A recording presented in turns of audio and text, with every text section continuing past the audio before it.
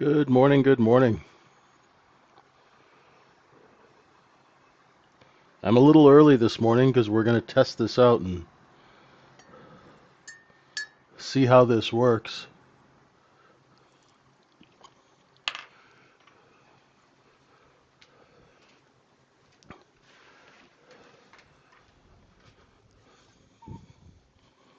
We got it successfully working last night, so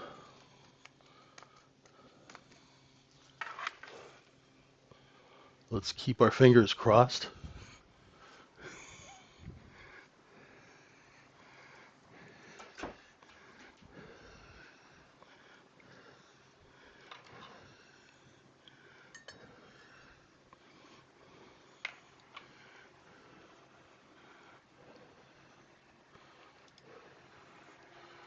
Let's see how the delay is.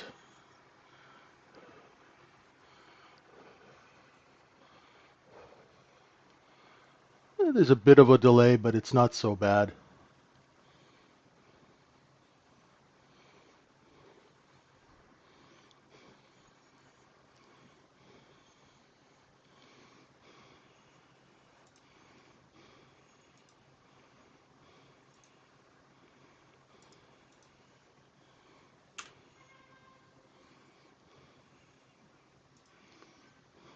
Good morning, everyone. Happy April 1st. Welcome to our Microefutures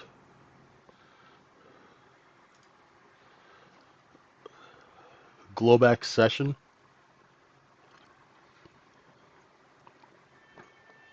How's everyone doing this morning?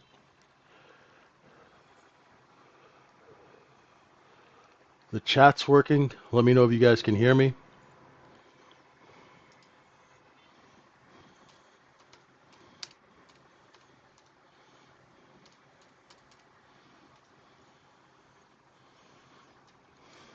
I realize I'm a bit early.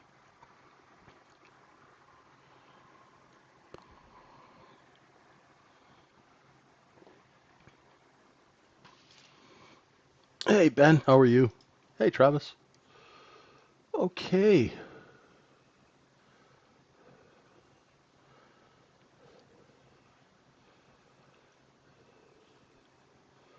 Hey, Kevin. How you doing this morning?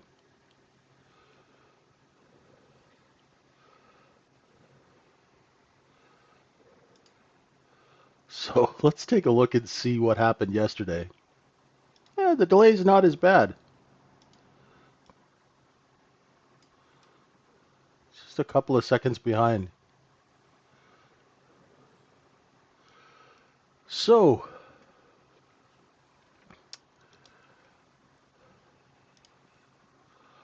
our overnight inventory. Well, let's go take a look and see. Should we talk about what happened yesterday?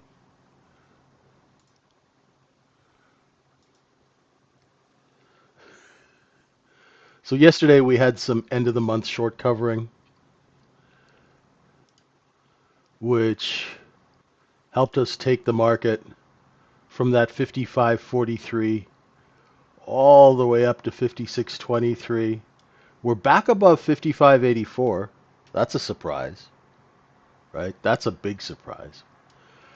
And, we had, I don't know what you call that. That looks like remember there used to be profile shapes, P-shaped, B-shaped. Well, that's sort of I don't know, it's like one of those swords in those dragon movies that you kids watch. That's like a sword-shaped profile. I don't know, it's got some single prints.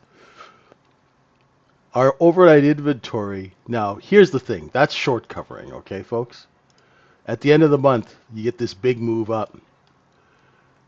Now, the thing is, does it hold, right? If you've ever worked, and not many of you have, and that's probably a good thing. If you've ever worked in the stock promotion business or in any kind of business where you have to sell inventory that can be sold back, right? You always want to look for what we call sticky buying. How sticky is the buying from yesterday? Does it stick, or is it all just short covering and people flipping in and out? Are they going to come flip out of it, right? And so that's what we're going to look at. And how do you tell is by using these levels. So this balance zone from 5623 to 5702 is a sort of a swing balance zone. The big balance zone from 5584 all the way up to 5825, those are levels from the 2020. They're like very long-term levels.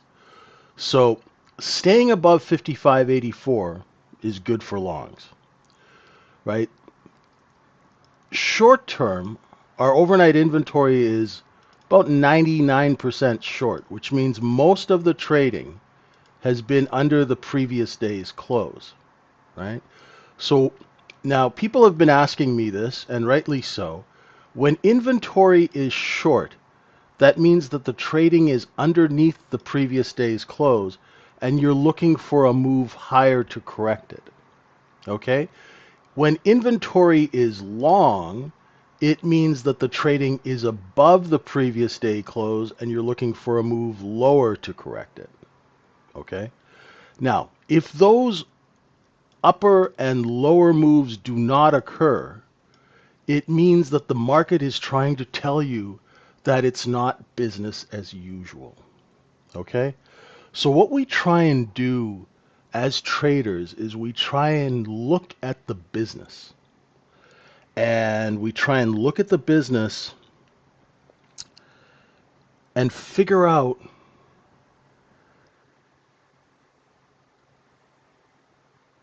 is this like a normal business day? Right? Or is something different happening that we have to be careful about? Right? Because it's a risk business. We risk our funds. So it's good to know if things are normal or they're abnormal. If they're abnormal, then we have to manage our expectations. And more importantly, we have to manage our risk. Right? This business is all about managing risk. Okay? If you don't manage risk, you're out of business. Right? Very simple. Okay? Our job is to manage risk so we're there the next day. And it's okay. If you don't make a lot of money today, that's fine. As long as you're in business tomorrow.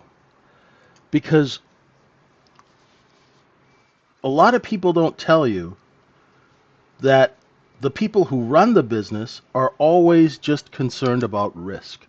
They know that if they're around long enough, that they will make money. Sounds crazy, doesn't it? All you've got to do is stay in business. If you can stay in business, you will eventually make money. Sounds ridiculous, right?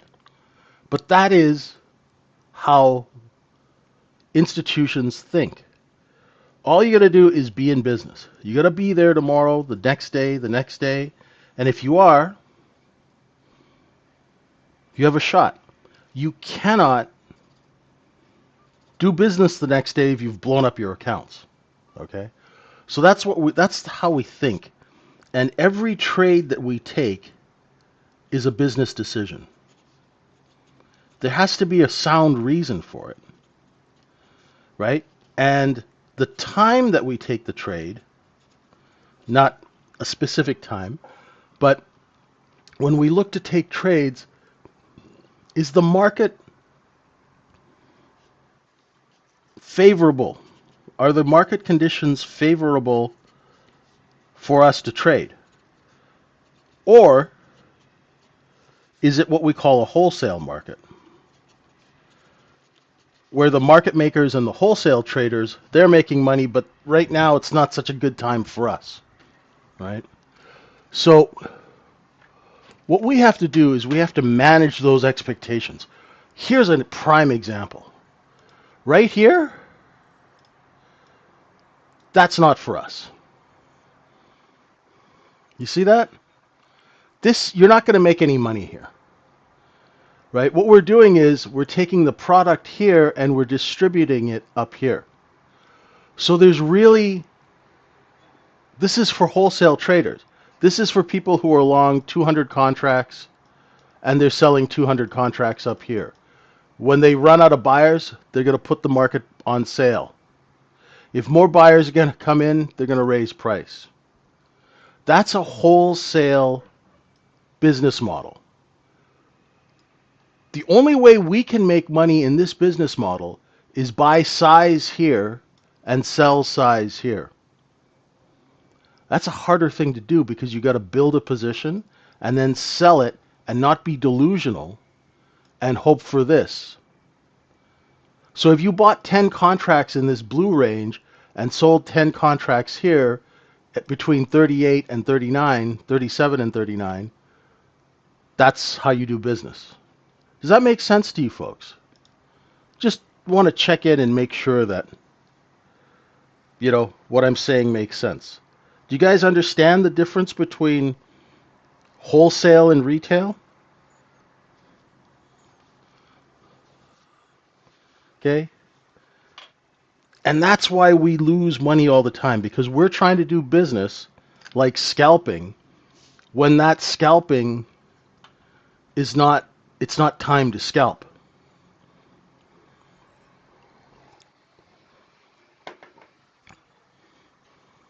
Okay? If we can stop doing business at the wrong time, we can save a lot of money. Right? So if you learn just to leave this alone, man, you're ahead of the game. Right? Because what's going on is people are going long, then they're going short, then they're going long, then they're going short, and they're getting stopped out in this chop because they don't understand what's going on. The chart's trying to tell you don't trade here. Right? See now how they're putting it on sale and the offer's going lower and lower and lower? Right? So now hindsight trading says, okay, I'm short 38 and I'm looking for a 35 and a quarter target. But at the time, right, you have to be really, really dialed in to see that offer moving lower in order to take a short. And if you're not, just don't boredom trade. Right? It's not going to serve you well. So, hey Phil, how you doing? Now, let me ask you guys and ladies, how is the stream this morning? Is the sound okay? I know there's always going to be some kind of delay, right? But I think we got the delay down to a couple of seconds. Okay. Hey Howard, how are you doing? So you see how we came down here and we just stopped selling. Yeah, we have a guy in our room who's pretty good with this OBS stuff, and he helped tweak it.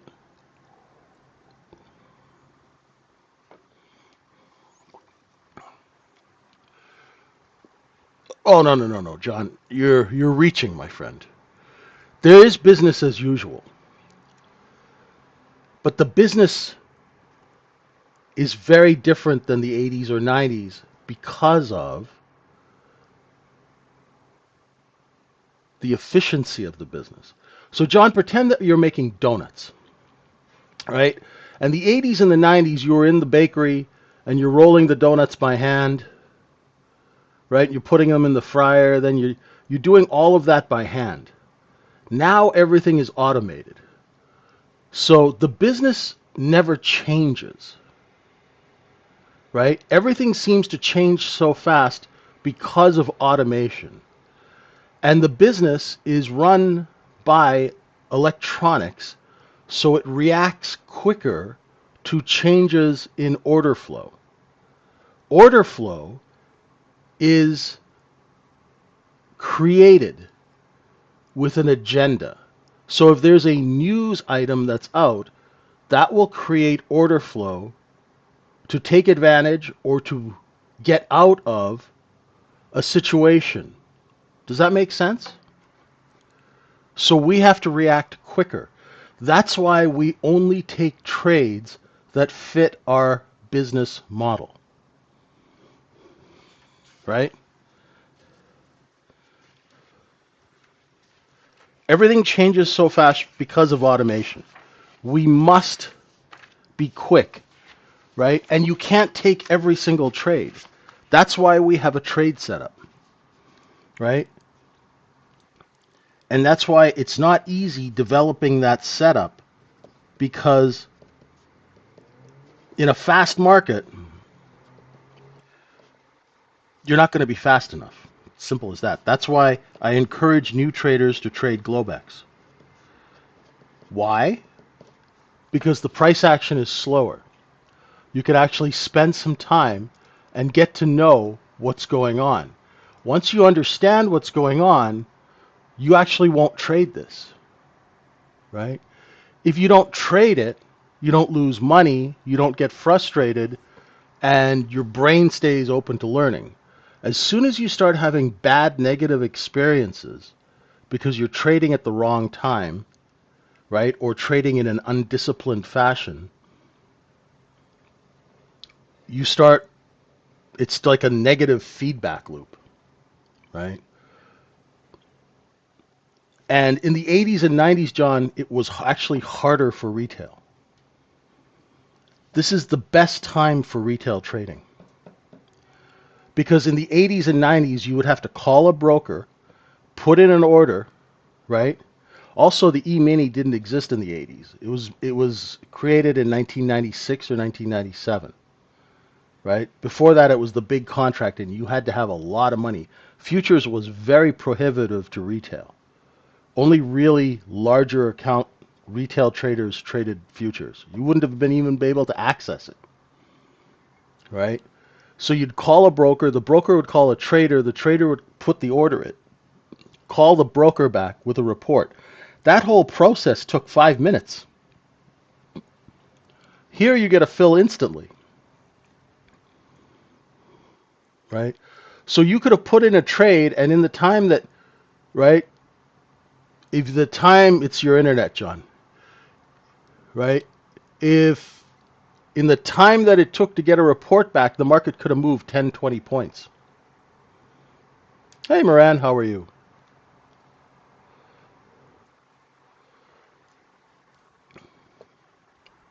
Right? So this is actually the best time for retail traders because of the efficiency of execution. I'm talking about all this stuff right now because there's no trade, right? Overnight inventory is short, and you can definitely see, look at this. We have, right, look at that. You know where the sellers are. So you just map out your sellers.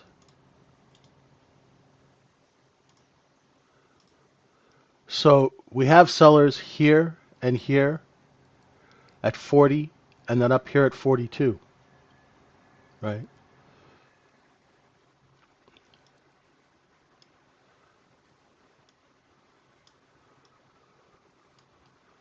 You just get the stops.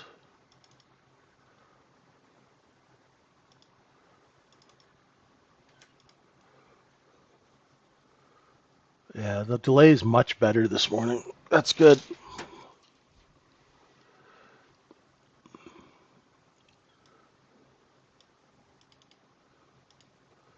So we use the half-hour candles to tell us where the stops are. Stops are where there'll be reactive buying and selling. How much reactive buying and selling, we don't know until we actually get down there or up there. But they help us manage our business. So we've cleaned out that 40 seller, right? There's stops here at 42 and 42 quarter. If we take those out, we'll be looking for 42 and 3/4 as our target. If we accept above 42 and 3/4, then we'll put in a 4 times profit zone, right? So the blue is the cost basis. Green is 2 times profit. And then the purple is 4 times profit. And I just keep doubling them. Now, I learned this from Mr. Dalton, but he does it on a daily. He doesn't use it on 1-minute candles. I use it on 1-minute candles to help you guys and to help myself execute.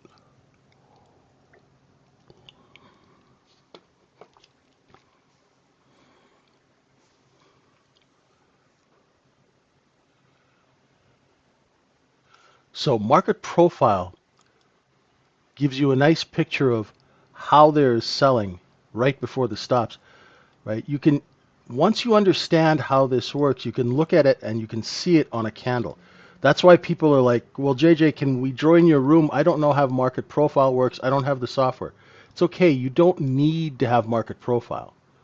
All you need to do is to take the concepts of market profile and learn how to use it on a candle, right? So the way I teach is to take the guts of market profile, the most important things, right? And I think there's basically, let's go through them. There's pour, lows, and highs. And those basically mean pour low means competitive buying, pour high means competitive selling, right? Then we have the concept of single prints. And those show trapped longs and trapped shorts, right?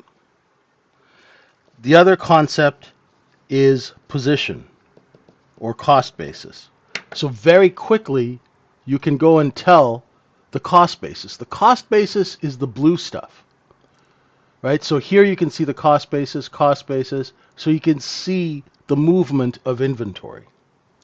That's what you're looking at. So those are the 3 basic concepts of market profile. And we take those and apply them. Look at that, a new overnight high. We took out that poor high, that's creating some buying, right? So this is overnight inventory correcting upwards, right? This is normal business. When overnight inventory corrects up, it's normal business.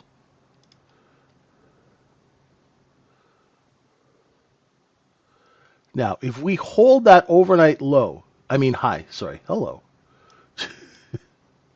If we hold that overnight high, we will rotate higher. Why would we hold that overnight high? Because that's where our friends, the short sellers, are trapped. They're trapped right here. So now they are trying to cover. As they try and cover, we will push price higher. Right? Why are they trying to cover? Because those are the only people around at this time who are going to be buying the high. Right? And that's because we took the old poor high. There was sellers competing there. Once we got here after hours, right, after a few hours, there was some buying, which took out that high, and that created buying by running those stops, and that's creating this. So say you're long 46, 47, you know, you can put out your orders, right? I love this trade when it comes back and tags 42 and then does this. Sometimes I'll miss that, but that's okay, right?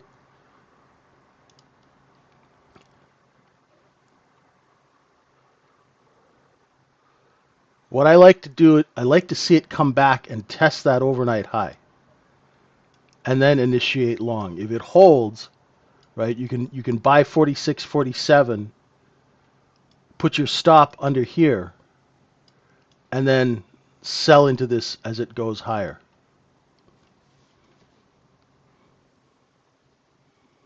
Right? That's a nice trade because you're taking advantage of trap shorts, right? And you're using them to push your agenda, right? Now, those of you who want to short, right, remember that the cost basis of the overnight session is underneath you. It's all down here. What is cost basis? Cost basis is the price that the market has paid for its inventory, right? This is the inventory of the overnight. Most of it is underneath 5640, 70% of it. So now we are going to take that cheap stuff and sell it up here for as long as we can until the buyers run out, right?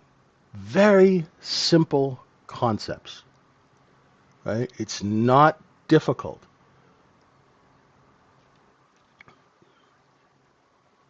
But execution is always something that we have to work at because order flow changes all the time. That's why you have to have a method of trading that manages your risk. So I'm only going to take trades when this happens, right? When this happens, I take a trade. If this doesn't happen, I don't take a trade. Now that's hard to do because you got to be disciplined, right? But if you're not disciplined in business, what happens? You go out of business, right? So if you're long, we're looking for 50 and a quarter, but you can see, look, you can see how they're selling into it here? Let me make this bigger, right? So you see that offer, and I'm going to move the offer as the offer moves. See, it's just kind of like futzing around here. There's a little bit of competition at 49. Now the offer is raising, or it's lifting as it sees buyers. So now we're looking for 50 and a quarter, 50. See that? And the offer will move higher if it sees buyers. If we run out of buyers, the offer will move lower. See how it's moving higher?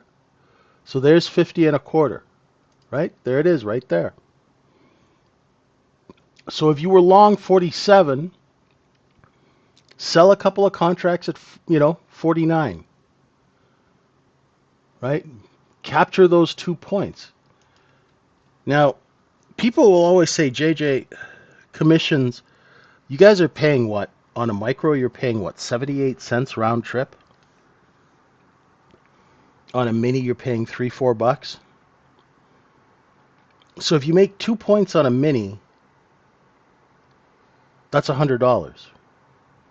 The commissions aren't that bad. Does that make sense?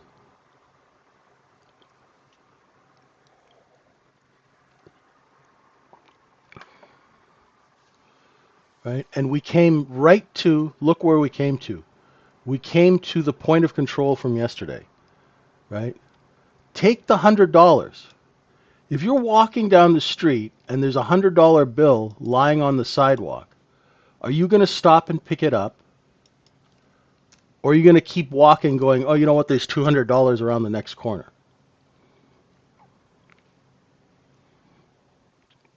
Stop and pick it up. Right? It is better to make $100 a day than to try and make $5,000 a day and lose 3. Does that make sense? Right? It's way better to make $100 a day, $200 a day, than to try and make 20 grand a day and blow up your account. Right? There's just no sense. If you make $200 a day, right? That's 4 grand a month. How many retail traders consistently make $4,000 a month? Not many, right? Learn a trade setup or an execution, and that's what we teach in our room, right? Learn to execute where you can make small amounts of money and that adds up over time, right?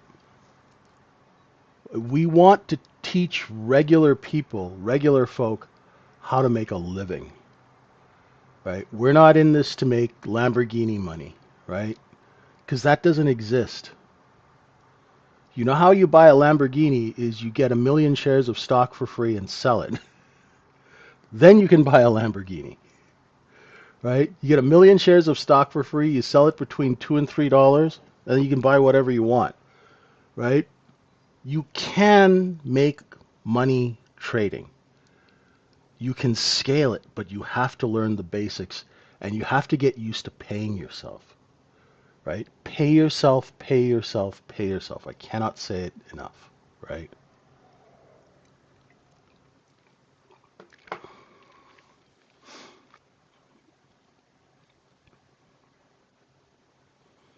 Right? You have to have realistic expectations, right? You cannot, like, if you make 5 grand a month in your job, why would you make 5 grand a day trading?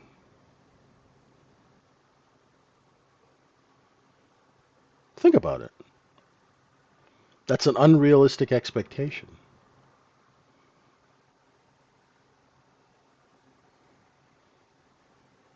right? Keep your expectations realistic. Start making some money and then take the money and get it out of your trading account so your ego doesn't get its hands on it.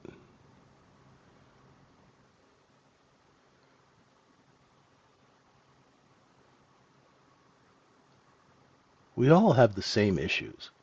I'm no different. I've made all of these mistakes, right?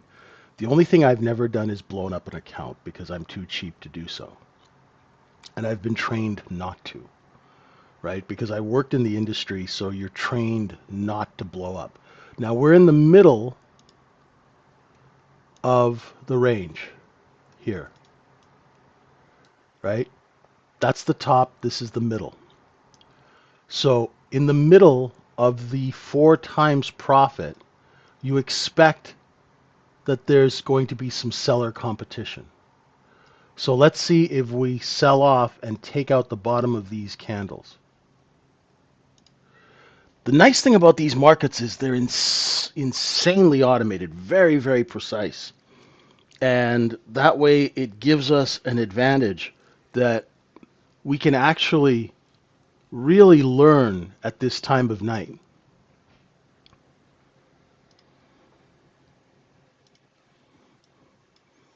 See, if that offer is lifting above the midpoint, that means that the buyers are coming in. Right? If the offer starts moving lower, it means that we have to put it on sale. Why would you put something on sale? Because you're trying to capture the buying, right? There'd be buy orders here, and we want to go down and capture those buy orders.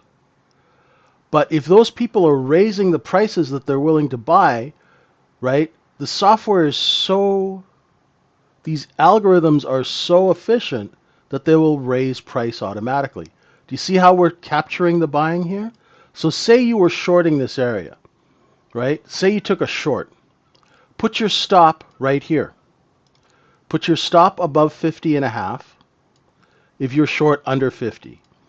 And you're looking for the market to break that 48, 47, right? So say you're short 49, 48 and a half. Put some bids down here at 47. There you go. There you go. Right? Because why? We went to the middle of the zone, right? This is the halfway point of the zone. So they are expecting a bit of selling. You see evidence because the offer is moving lower. But you got to be quick because this is what's called a backfill. Right? Yeah, I don't have the standard deviations on, Moran. Sorry.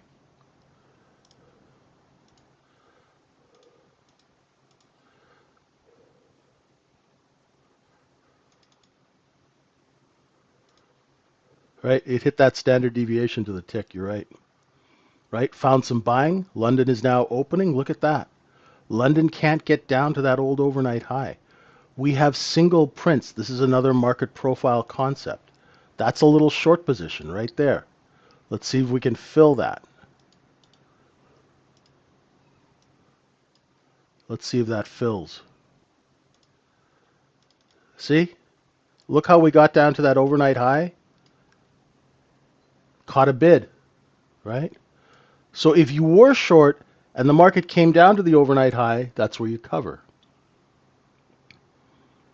Right? Practical information.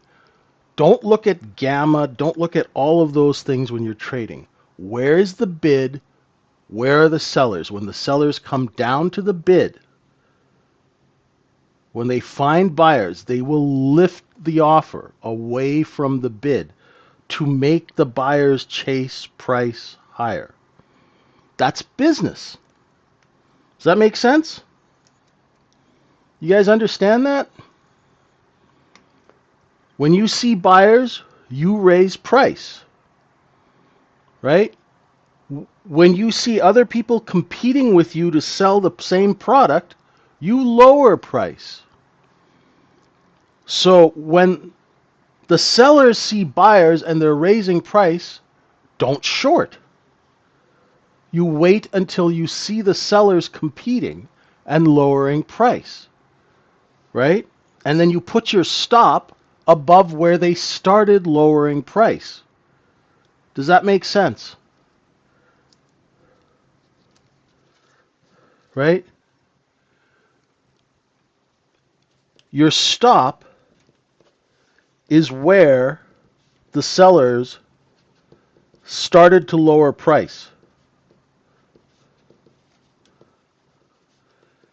Because if they go above that level, it means that they've seen buyers. They're trying to tell you, hey, hey, hey, hey, there's buyers coming in. Don't be short anymore.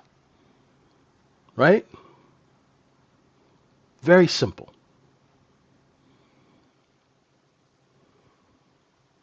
Right? They are raising price now because they see buyers. See that? See, they're raising price. Hey, Dan. It just makes common sense. If the trade doesn't make common sense, it's not worth taking. This will stop you from all this FOMO, tilt, schmilt, built, quilt, all of that nonsensical crap that people use, right? Because they don't know what they're talking about, right? The trade's got to make common sense, right? If it's not good business, it's not a good trade. You have a stop. Every time you get into a trade, you have an out, right? Because if you don't have an out, where's your insurance?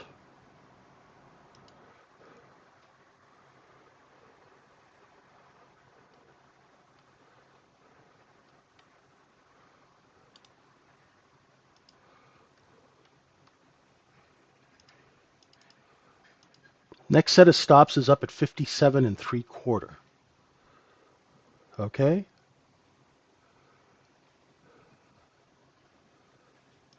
And we keep putting in a new overnight high as the market is looking for product. See? Right? Market profile tells us that these are just stragglers, right? It's not a lot of buying yet until we start putting some size at every tick. But that's just a detail. Watch that 1 minute candle chart. That 1 minute candle chart is beautiful. It is telling you everything you don't need a fancy DOM, you don't need order flow software, you don't need any of that. The candle is telling you that buyers are present. The offer is lifting. That's the red line, right? Because it's trying to take advantage of those buyers. Boom! There's a nice stop run.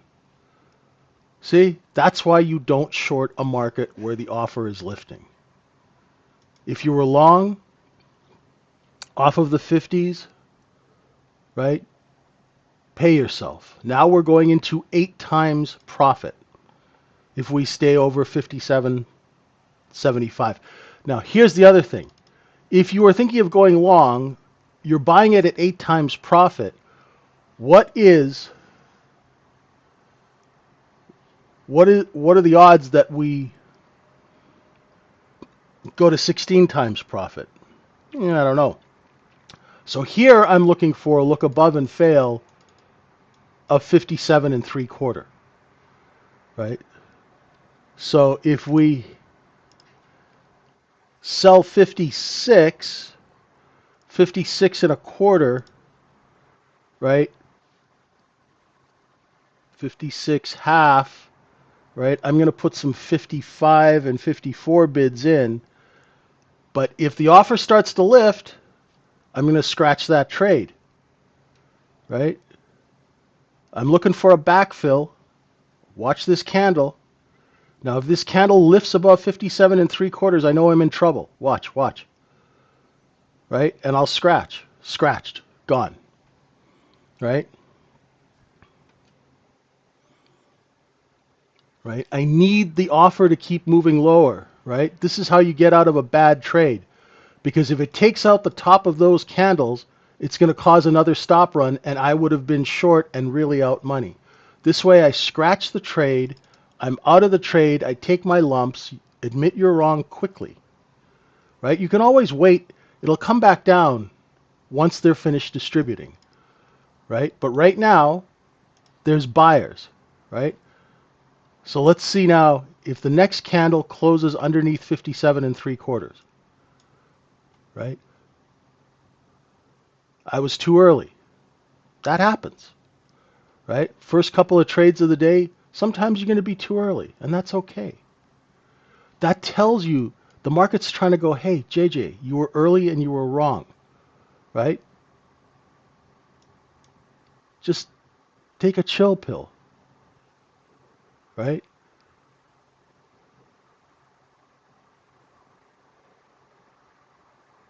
It's okay to be wrong. Just don't be stubborn.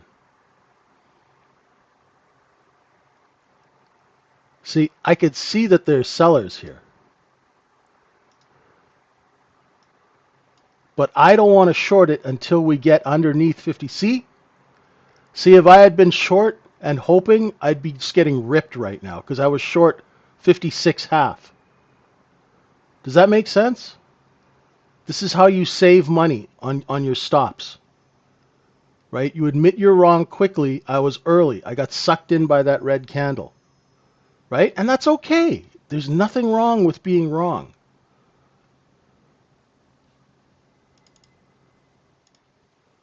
I was looking for a look above and fail. And that way my risk was managed. As soon as it started getting up over 57, boom, I'm out. Goodbye. Gone.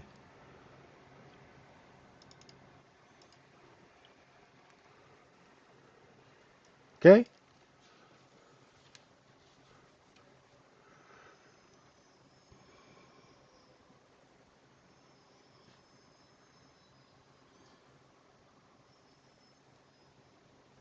Right? So what I'm trying to teach you guys is not optimal timing. What I'm trying to teach you folks is how to get out of a bad trade quickly. Because guess what? You are going to make mistakes.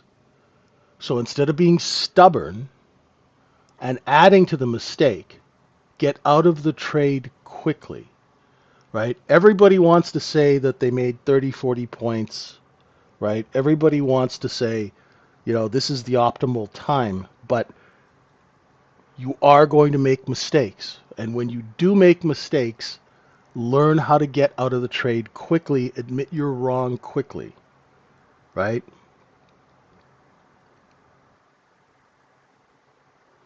Okay?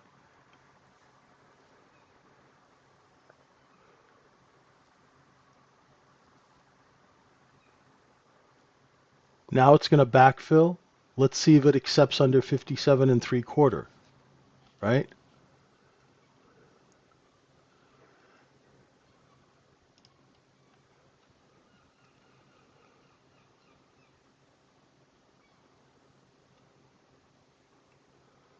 We need that seller to come in under 57 and 3/4. If we can't, right? So if you shorted like a 56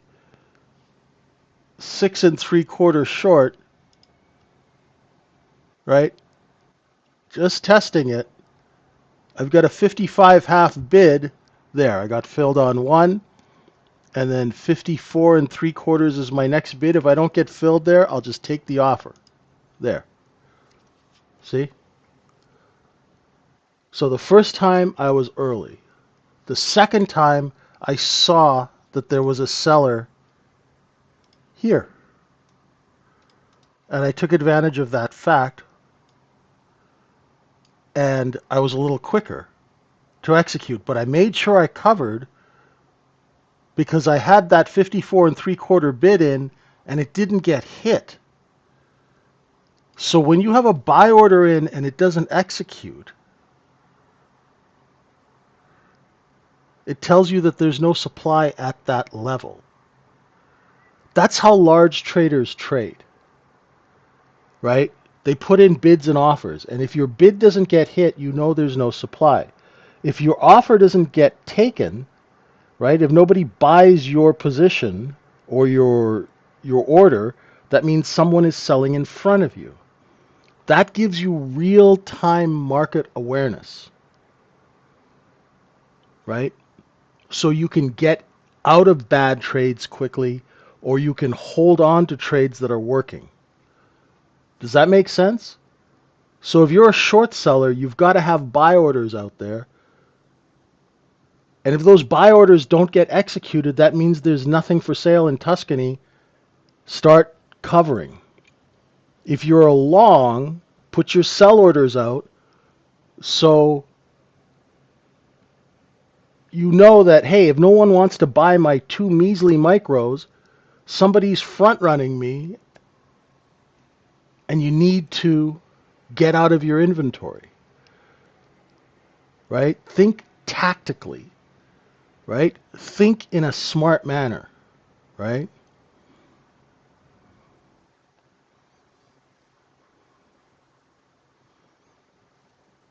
See, had I not covered that, now I'd be sucking wind because it's trading 58 and 1/4, right?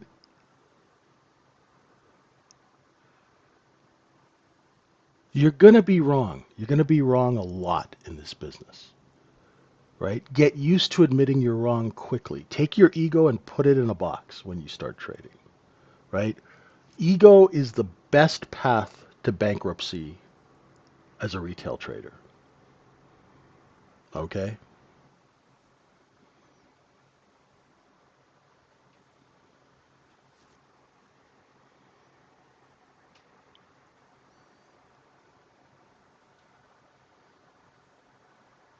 Hey, I think we've worked out this OBS thing. It seems to be okay now.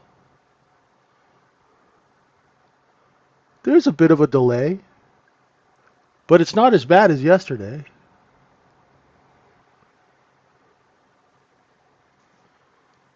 Seems to be working well. Thanks, Kevin. Hey, Mohammed. Oh, hey, Doc. I didn't see you there.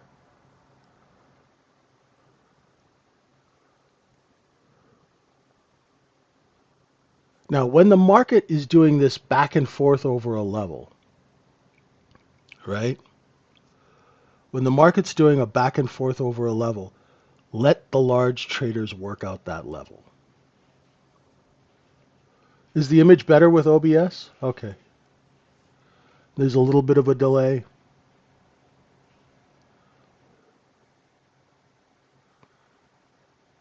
Steve wanted us to use this because that way we get to have guests on and things like that. So kind of try and develop this out. But now we have the technology working, so that's good.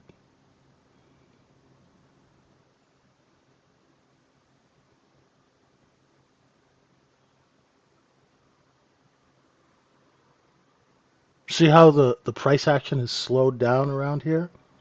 Hey, Doc, how are you? Good to see you.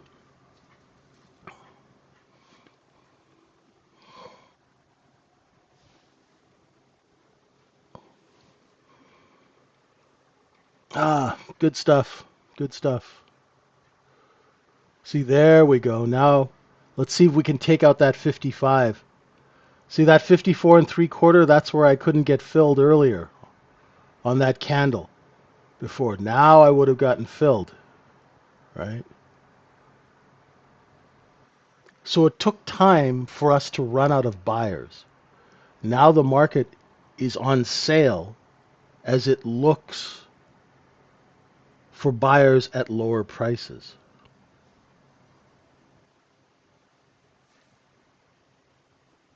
Now, ultimately, if you were a short,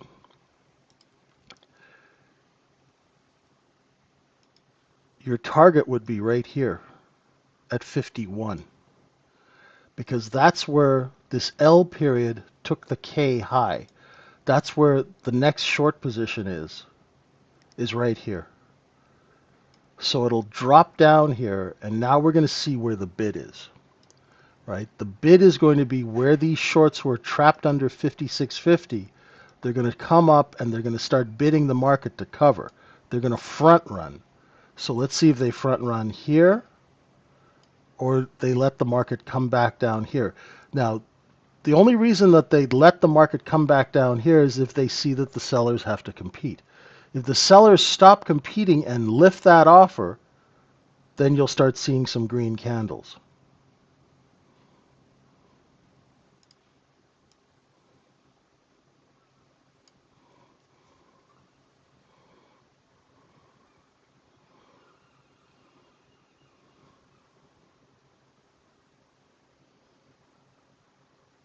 See, there's 52, dropping in, 51 and 3/4.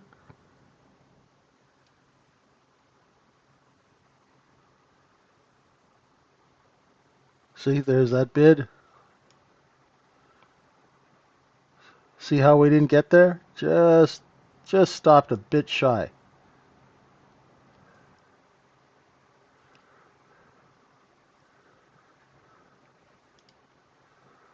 Right.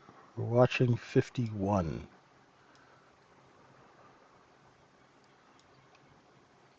See how there was responsive buying as soon as we got there? So how does that, if you were short on the look above and fail of 57 and it got under 54, you know you can do some covering in the 53, 52 area. That's a nice short trade. That's the trade I wanted when I shorted here, right? That's that trade. This is where I got stopped out. This is where it actually worked. And then it did another look above and fail, and that was the magic one right there. First attempt, scratch. Second attempt, right, made a couple of ticks. But this is the trade that I wanted, right?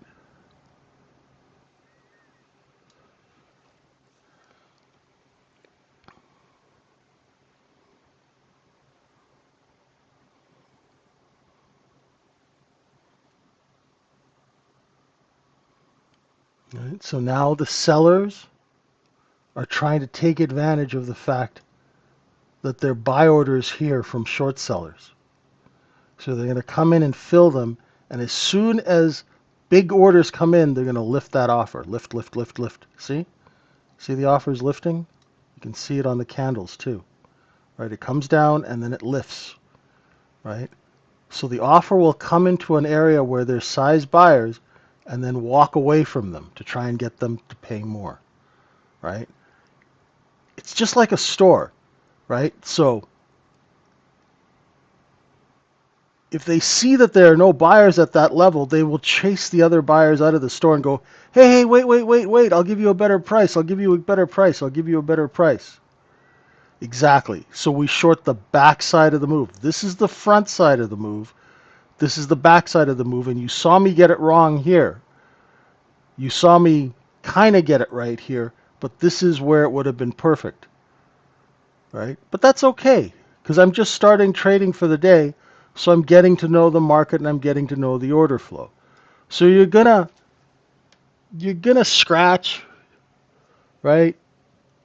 You're not gonna be trading like a god the very first couple of trades you take, right? So you're getting to understand what the business is like, right? Then you have an idea of what to expect.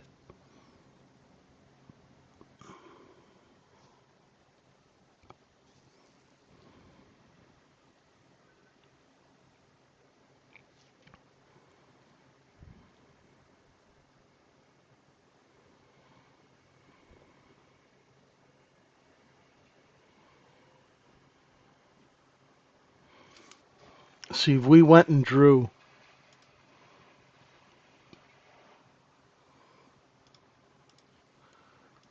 let me just,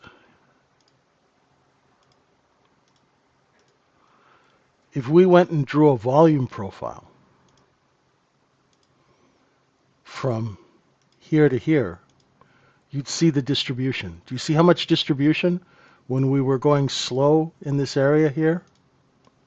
Right? That's all that distribution. Right? That's this volume all being sold. And this was the last distribution, so we came down to it, and that's why we're slowing down when we get here. Right? That's how to use volume profile intelligently to understand where the position is in a market.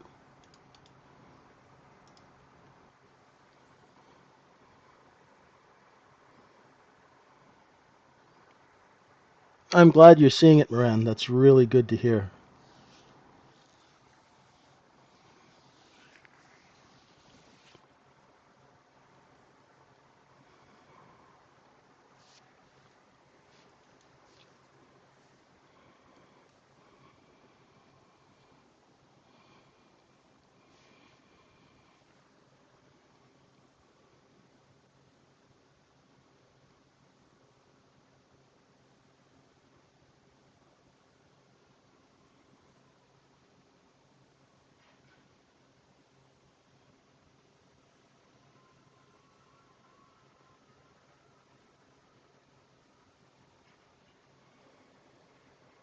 I'm using something called Epic Pen.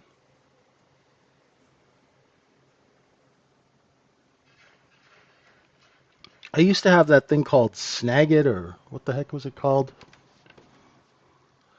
But it was crashing on Windows 11. Snagit, yeah.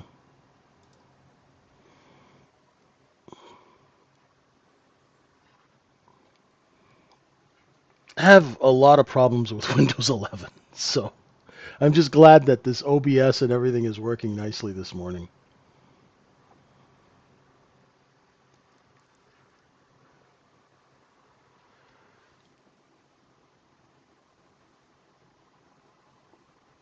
If folks have any questions, please ask.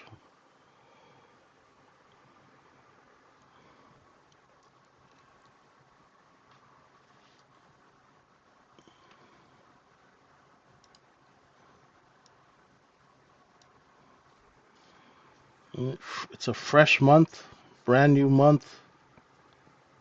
Let's see what April brings. There's a bunch of macro stuff going on this week, so watch your risk.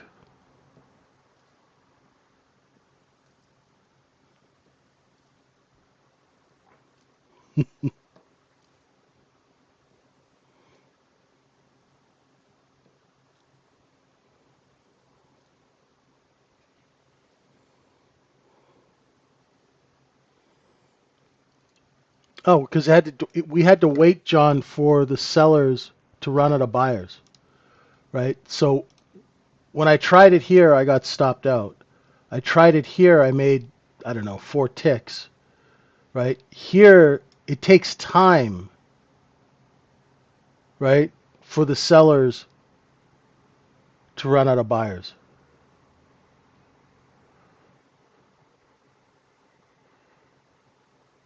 right? Yeah, we had good distribution, right? This is good distribution. We have, look at all our cost basis is all underneath us, right? This is all our cost basis right here. This is all our cost basis, right? This is, and then we're distributing it up here, right?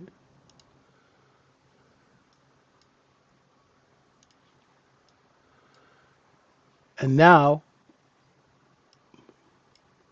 we'll see if we can get down to that 46 half, which is where those single prints are.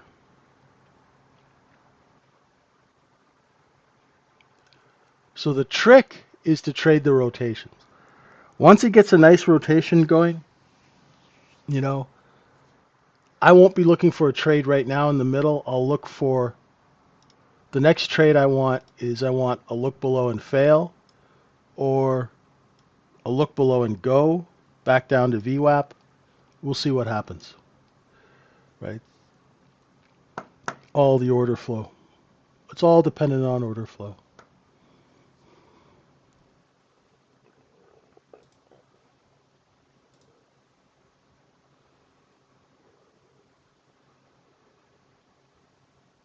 Yeah, so what is he's unveiling country-based tariffs on April the 2nd.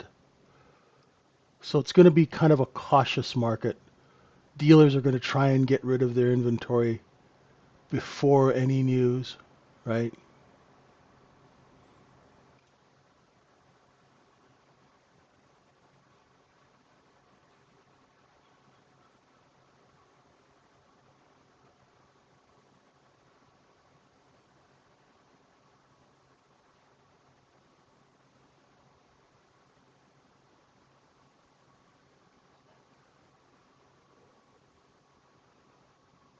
That's pretty much it for me.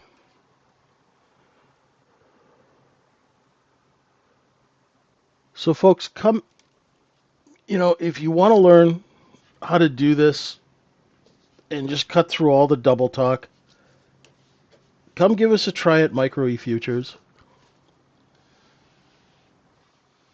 Right? We'd love to have you. Look at we're right at those single prints. Look, see how they're filling? That means we have supply, right? When you have supply, the market will go and fill in the short positions.